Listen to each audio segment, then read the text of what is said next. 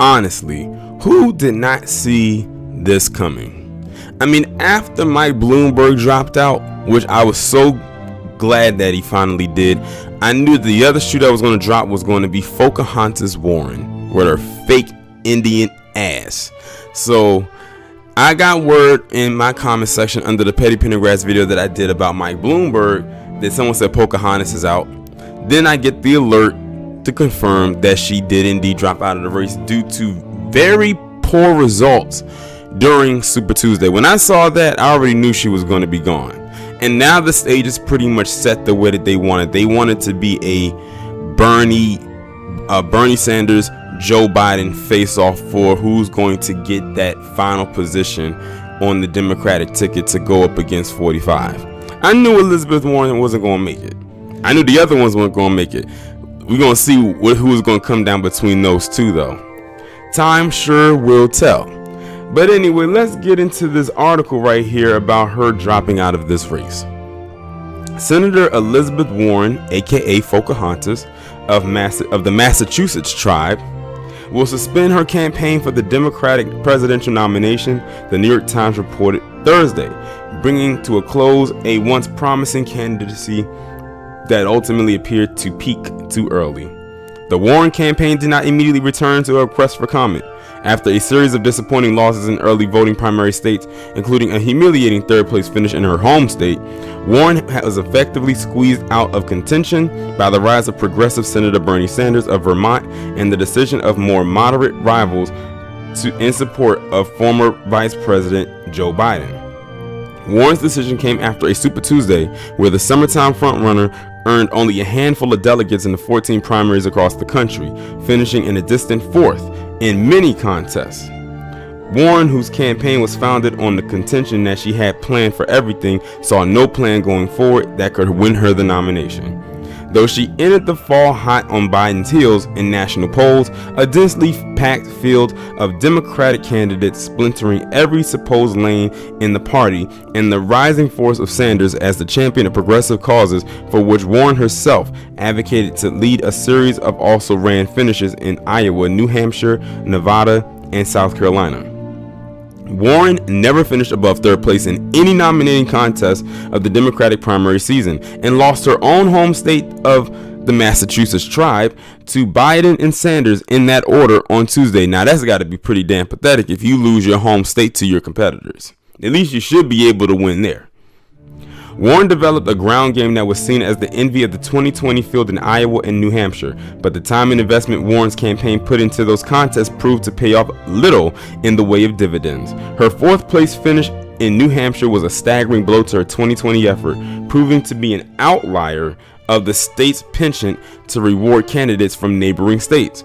Warren's closing unity candidate argument weakened in recent days as fellow candidates, including former South Bend Mayor Pete Buttigieg and Senator Amy Klobuchar of Minnesota, dropped out to support Biden as the best candidate to win against Sanders and in turn defeat 45 in the general election.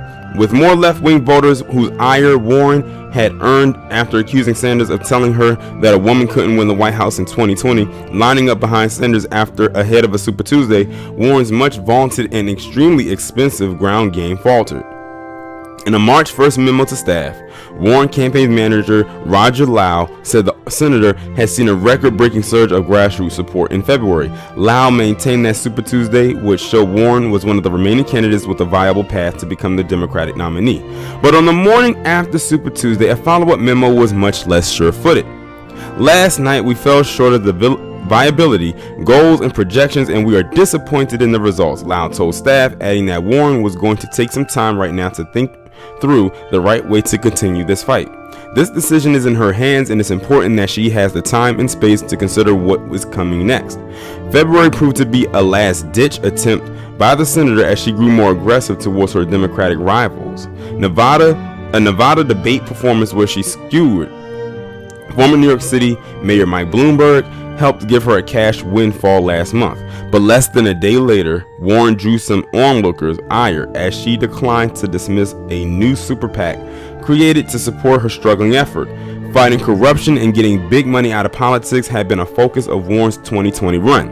Her change of tone towards the big money spending was so abrupt that her website still read that Warren rejects the help of super PACs and would disavow any super PAC formed to support her in a Democratic primary. On the same day, she warned to the committee's spending on her behalf. Still, as the sole woman remaining in serious contention about Klobuchar dropped out on the eve of Super Tuesday, Warren supporters felt may have partially fallen victim to post-2016 flashbacks by voters who supported her policies and candidacy but feared that she was too vulnerable to Trump's long-practiced attacks to win the presidency.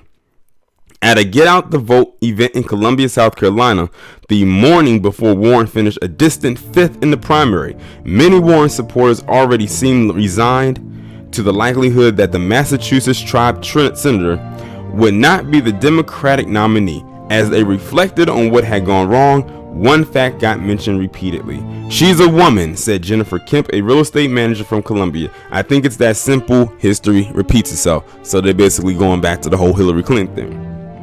The sexism those voters saw at work during Hillary Clinton's 2016 run had not abated 4 years later, handicapping the Massachusetts tribe senator who had been the strongest female candidate in the 2020 field. "It's pretty disappointing," said Megan Paul, a 30-year-old speech therapist from Columbia, said of Warren's struggle. "A lot of it has to do with the fact that she is a woman and fights hard. It worked against her." Well, at least they're being honest and saying that yes, it does have something to do with her being a woman. Like I said, do they not remember what Margaret Thatcher did, and now the person who's been recently brought to my attention, that Theresa May chick? Yeah, that probably most likely did play a role in it, but let's be real here. She was Elizabeth Warren, FAUXcahontas Warren, was another panderer, and then she straight up lied about her being part Native American, which lets me know if she is, or if she was in fact one, she's nothing more, or would have been nothing more than a $5 Indian, who most likely got set aside that were not set aside initially for her.